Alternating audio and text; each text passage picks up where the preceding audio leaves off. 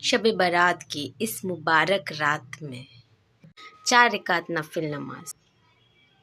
آپ کی زندگی بدل سکتی ہے۔ السلام علیکم ورحمۃ اللہ وبرکاتہ۔ تو فرینڈس، آپ سب کیسے ہیں؟ امید کرتی ہوں آپ سب ٹھیک ہوں گے اور میں بھی اچھی ہوں۔ تو شب برات کی رات 4 رکعت نفل نماز جو آپ کو اس طرح سے پڑھنی ہے جس طرح سے میں بتاؤں گی، اور یہ اس نماز کا نام ہے صلاۃ التسبیح کی نماز، اور اس میں آپ کو تیسرا کلمہ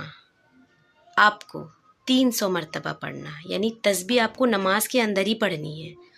اور سٹیپ بائی سٹیپ بتاؤں گی اور اس نماز کی کیا فضیلت ہے اور شب برات کی رات کی کیا فضیلت ہے۔ تو ویڈیو کو اسکپ نہیں کیجیے گا، فل واچ کیجیے گا۔ اگر آپ لوگ میرے چینل پہ نئے ہیں تو چینل کو سبسکرائب کر لیجیے گا، ویڈیو کو لائک کیجیے گا، شیئر کیجیے گا، اور نماز سے ریلیٹڈ ہے ویڈیو تو ویڈیو کو اسکپ نہیں کیجیے گا، اسٹیپ بائی اسٹیپ دیکھیے گا کہ آپ کو یہ نماز کس طرح سے پڑھنی ہے، کیونکہ اس نماز میں آپ کو غلطی تو ضرور ہوگی، کیونکہ اس میں آپ کو 15 مرتبہ اور اس کے بعد 10 کر کے پورا، مطلب آپ کو پورا 4 رکعت نماز میں آپ کو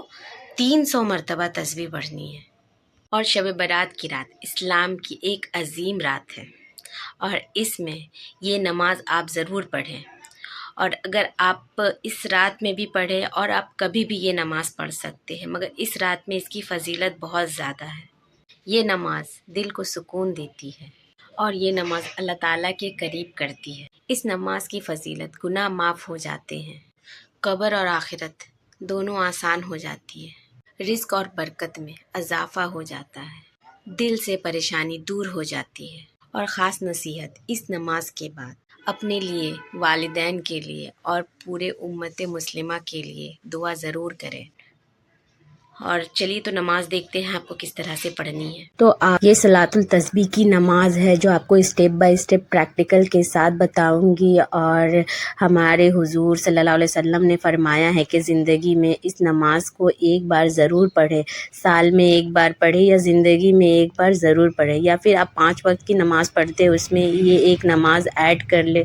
تو اس میں کوئی مطلب آپ کو نقصان نہیں ہے، فائدہ ہی ہوگا، کیونکہ یہ صلاۃ التسبیح کی نماز ہے۔ اور صلاۃ التسبیح کی نماز کیسے پڑھی جاتی ہے اسٹیپ بائی اسٹیپ میں بتاؤں گی۔ تو اس کی آپ کو 4 رکعت کی نیت کرنی ہے۔ نیت کی میں نے 4 رکعت نماز صلاۃ التسبیح کی واسطے اللہ تعالیٰ کے وقت موجودہ رخ میرا کعبہ شریف کی طرف اللہ اکبر کر کے آپ اللہ اکبر بول کر دونوں ہاتھوں کو سینے پہ باندھ لیں، اور پہلی رکعت میں ثنا کے بعد بسم اللہ سے پہلے 15 مرتبہ یہ تسبیح سبحان اللہ الحمدللہ ولا الہ اس کے الا بعد اللہ آپ کو واللہ ثنا اکبر پڑھنی بول ہے۔ کر ثنا پڑھنے کے بعد اس میں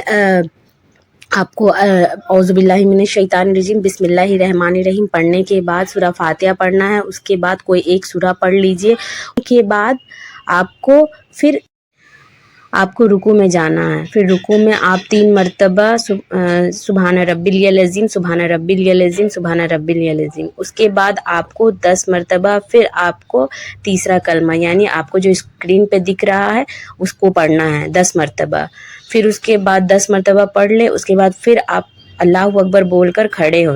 تو جب اللہ اکبر بول کے کھڑے ہوں گے تو آپ کو سینے پہ ہاتھ نہیں باندھنا ہے، آپ کو دونوں ہاتھ کو نیچے رکھ کر آپ کو 10 مرتبہ پڑھنا ہے آپ کو تیسرا کلمہ۔ اس کے بعد پھر آپ کو سجدے میں چلے جانا ہے، تو سجدے میں اللہ اکبر بول کے آپ جا کے 3 مرتبہ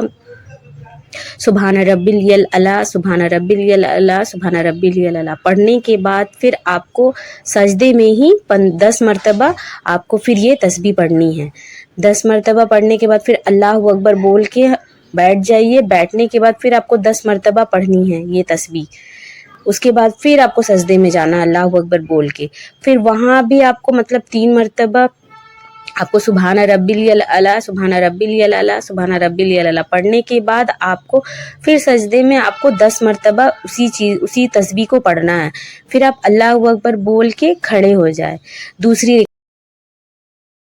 15 مرتبہ تسبیح پڑھنی ہے، اس کے بعد آپ کو الحمد شریف پڑھنی ہے، اس کے بعد کوئی ایک سورہ پڑھ کر، اور پھر جیسے آپ رکوع سجدہ مکمل کیے تھے اسی طرح سے مکمل کرنا ہے، اور رکوع میں آپ کو 10 مرتبہ پڑھنا ہے، اور